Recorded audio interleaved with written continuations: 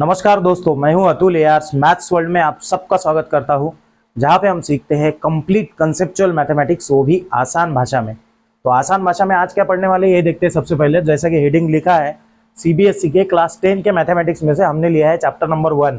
Chapter का नाम क्या है? Real numbers. और रियल नंबर में से हम सॉल्व कर रहे हैं एक्सरसाइज 1.1। उसमें का हमने क्वेश्चन नंबर 1 इसके पहले वाले वीडियोज में सॉल्व किया है। क्वेश्चन नंबर 2 ले रहे हैं और 2 का ये वाला क्वेश्चन हम इसके पहले वाले वीडियो में सॉल्व कर चुके हैं।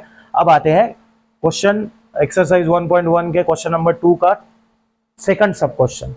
तो जहाँ पे क्वेश्चन में क्या करना होता है हमको, जैसे कि लिखा है यहाँ पे, find HCF and LCM of this two number 510 and 92 and verify this relation HCF into LCM is equal to number 1 into number 2।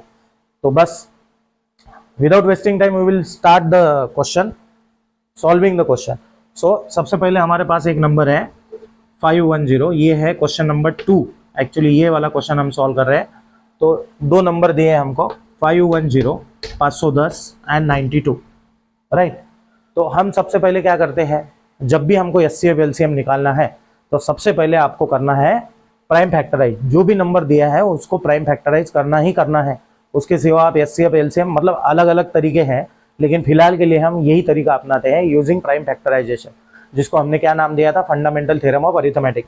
सो 510 को प्राइम फैक्टराइज करते हैं। प्राइम फैक्टराइजेशन का मतलब क्या होता है कि किसी भी कंपोजिट नंबर को in terms of product of primes हमको लिखना होता है। तो जैसे 510 को देखो कितने आसान तरीके से हम अगर कर सकते हैं, अगर हम अपने ब्रेन का इस्तेमाल करें, टेबल्स का सही इस्तेमाल करें, डिविजिबिलिटी टेस्ट का इस्तेमाल करें, तो किसी भी नंबर को कितना भी बड़ा रहने दो, उसको बहुत ही आसान तरीके से आप प्राइम फैक्टराइजेशन कर सकते हैं। तो जैसे यहाँ पे नंबर है 510। Now to factorise this number, what I am doing, instead of writing 510 we can write it as 51 into 10। Now 51, अगर आप 51 टेबल याद है तो 51 को लिख सकते हैं, क्या लिख सकते हैं? 17 1 जा 17, 17 2 जा 34, 17 3 जा 51। So instead of writing 51 we will write it as 17 into 3। 17 भी प्राइम है, 3 भी प्राइम है, दोनों प्राइम फैक्टराइज हो गए। उसके बाद 10 को क्या लिख सकते हैं? 10 this, instead of writing 10 we will write 2 into 5, क्योंकि 2 इंटू 5 इज ऑल्सो 10। तो हमने क्या किया, सबसे पहले 510 को लिखा 51 इंटू 10 लिख सकते हैं ऑब्वियसली। 51 को लिखा 17 इंटू 3 और 10 को लिखा 2 इंटू 5। अब यहाँ पे अगर इस लाइन पे देखोगे, नंबर है 2 3 5 17, और ये क्या है? 2 प्राइम है, 3 प्राइम है, 5 प्राइम है, 17 प्राइम है। क्यों प्राइम है? क्योंकि इनको इस नंबर को छोड़ के और 1 छोड़ के कोई फैक्टर ही नहीं है, तो इसीलिए ये प्राइम नंबर्स है। तो इसको 510 को हमने प्राइम फैक्टराइज यहाँ पे कर दिया, क्योंकि इसके आगे हम इसको कर ही नहीं सकते इसके फैक्टर्स। तो ये हो गया 510 का प्राइम फैक्टराइजेशन। 92 के लिए भी वैसा ही कर सकते हैं। अब 92 क्या है? 92 अगर आप देखोगे, ये डिविजिबल है 2 से। सो यहाँ पे करके देखते हैं, 92 डिवाइडेड बाई 2, 2 4 जार 8, यहाँ पे बच गया 2, 2 6, तो यहाँ पे आ जाएगा 46। सो 92 को लिख सकते हैं हम, क्या लिख सकते हैं 92 को? 2 इंटू 46, यहाँ पे हमने देख लिया 2 इंटू 46। उसके बाद में 46 अगेन इवन नंबर है, इवन नंबर है मतलब 2 से डिविजिबल है, 2 से डिविजिबल है तो डिवाइड करेंगे इसको। सो 46 को लिखेंगे 2 इंटू, इंस्टेड ये 2 तो एज इट इज लिख दिया, 46 को लिखेंगे 2 इंटू 23। ये हमको पता होना चाहिए। अब यहाँ पे देखो इस लाइन में 2 प्राइम 23 प्राइम, सो हो गया प्राइम फैक्टराइजेशन 92 का, 2 2 23, खत्म। ये तो हो गया प्राइम फैक्टराइजेशन। अब हमारा यहाँ पे 25% पार्ट हमारा खत्म हो गया। अब यहाँ पे 50% पे आने के लिए हमको क्या करना पड़ेगा? Find HCF and LCM. तो सबसे पहले एचसीएफ फाइंड करते हैं। एचसीएफ में क्या करते हैं हम, जो भी दो नंबर दिए हैं, जैसे यहाँ पे एक नंबर दिया है 510 और 92, राइट। तो इन दोनों नंबर को हम क्या करेंगे, 92 और 510 में कॉमन फैक्टर देखेंगे और उनको मल्टीप्लाई करेंगे। तो कॉमन फैक्टर जैसे यहाँ पे 17 है, 3 है, 2 है, 5 है। तो यहाँ पे देखो, यहाँ पे अगर आप देखोगे, यहाँ पे एक 2 है और यहाँ पे मान लो ये 2 है, बस 2 ही कॉमन है। इसके अलावा यहाँ पे 5 है लेकिन यहाँ पे नहीं है, यहाँ पे 3 है लेकिन यहाँ पे नहीं है, 17 है यहाँ पे 17 नहीं, बस इसके अलावा कोई भी कॉमन नहीं है। तो एचसीएफ क्या हो गया? 2। मान लो 2 से ज़्यादा रहते मतलब ये एक फैक्टर हो गया 2, यहाँ पे भी है, यहाँ पे भी है, कॉमन फैक्टर एक बार लिख दे। फिर मान लो ऐसा ही कोई दूसरा फैक्टर होता तो यहाँ पे इसको मल्टीप्लाई करते, तीसरा होता तो और मल्टीप्लाई करते, और इस तरह से हम एचसीएफ निकालते। तो इस केस में हमारे पास एक ही कॉमन फैक्टर है, वो है 2। ये हो गया एचसीएफ, खत्म किस्सा। अब क्या करेंगे एलसीएम। एलसीएम में क्या होगा, एलसीएम में हम क्या करेंगे, कॉमन फैक्टर एक बार लेना है, कॉमन फैक्टर। अब दोनों नंबर में 510 और 92 में कॉमन कौन है, 2, 2 के अलावा कोई नहीं है, तो 2 एक बार लिख दिया इनटू।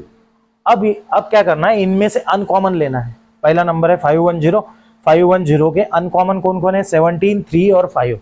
तो यहाँ पे हम इसको लिख देते हैं 17 इंटू 3 इंटू 5, ये तीनों लिख दिए हम।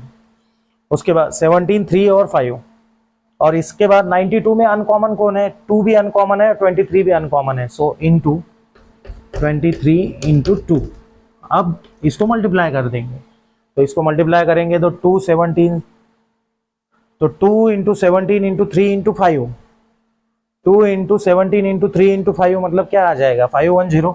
ये तो हो गया पूरा 510, 510 इंटू 23 2 जार 46।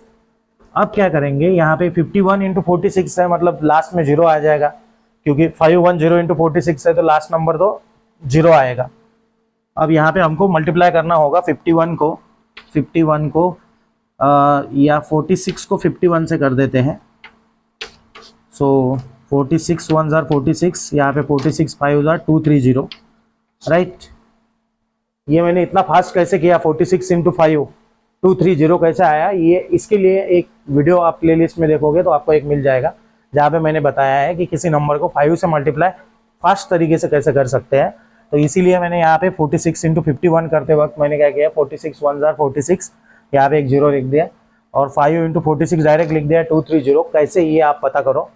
तो ये आंसर आ जाएगा 6432, सो 2346। सो यहाँ पे आंसर आ गया 2346 हो गया। क्या हो गया यहाँ पे, एचसीएफ निकल गया, एलसीएम निकल गया। 50% क्वेश्चन सॉल्व हो गए। एचसीएफ निकालो, एलसीएम निकालो। इसके आगे क्या करना है, इसके आगे वेरीफाई करना है HCF into LCM into product of number. तो अब एचसीएफ कितना आ गया, 2, और एलसीएम आ गया 2346। तो बस इनको दोनों को मल्टीप्लाई कर देंगे, किन दोनों को मल्टीप्लाई कर देंगे, देखो। तो मुझे उम्मीद है आपको समझ में आया होगा किस तरह से हमने एचसीएफ और एलसीएम निकाला। तो एचसीएफ एलसीएम इंटू एचसीएफ करेंगे तो 2 इंटू 2346, इन दोनों को मल्टीप्लाई कर देंगे तो 23 2 जार 2300 इंटू 2 मतलब 4600, और 46 का डबल कितना होता है, 92। सो ये आ जाएगा आंसर 4692। ये हो गया हमारा एलएचएस। अब आरएचएस में क्या है, नंबर 1 इंटू नंबर 2। नंबर 1 हमारा क्या है, नंबर 1 इंटू नंबर 2। नंबर 1 है हमारा 510, और यस ये 0 रह गया था, तो ये 0 यहाँ पे रखना पड़ेगा हमको, सॉरी यहाँ पे मैं भूल गया था, सॉरी। एक्चुअली एचसीएफ इंटू हमारा एलसीएम आ गया था 23460, वो तो मैंने 51 इंटू 46 किया था, और ये 0 यहाँ पे लास्ट में रखना पड़ेगा। तो यहाँ पे 0 और यहाँ पे भी हमारा 0 आएगा, तो नो प्रॉब्लम, 0 है तो कोई प्रॉब्लम नहीं। तो आंसर आया 46,920। अब वैसे ही यहाँ पे 510 इंटू हमको क्या करना पड़ेगा 92, और ये 101% अगर आप करोगे तो ये आ जाएगा 46920। अब फिर इक्वेशन 1 और इक्वेशन नंबर 2 से हमें क्या पता चल जाता है कि दोनों का आरएचएस सेम ही है। चाहे तो आप करके देखो, ये 51 इंटू 92 करोगे 101% वही आएगा। तो इक्वेशन 1 का आरएचएस भी सेम है इक्वेशन 2 के आरएचएस से, तो इसका मतलब इनका एलएचएस भी सेम हो जाएगा। तो इसकी देयरफॉर हम लिख सकते हैं, क्या लिख सकते हैं, 2 इंटू मतलब एचसीएफ इंटू एलसीएम, मतलब 2 इंटू जो भी एलसीएम हमारा आया था 23460 is equal to number 1 into number 2। Number 1 हमारा 510 इंटू 92, हेंस वेरीफाइड। तो इस तरह से हमने क्वेश्चन नंबर 2 का 2 आज सॉल्व किया, एक्सरसाइज 1.1 रियल नंबर क्लास 10 के सीबीएसई मैथमेटिक्स में। उम्मीद है आपको समझ में आएगा। फिर मिलेंगे एक नए वीडियो में नए टॉपिक के साथ मतलब ये वाले क्वेश्चन के साथ। तब तक के लिए keep practising maths. Thank you for watching and please subscribe as maths world.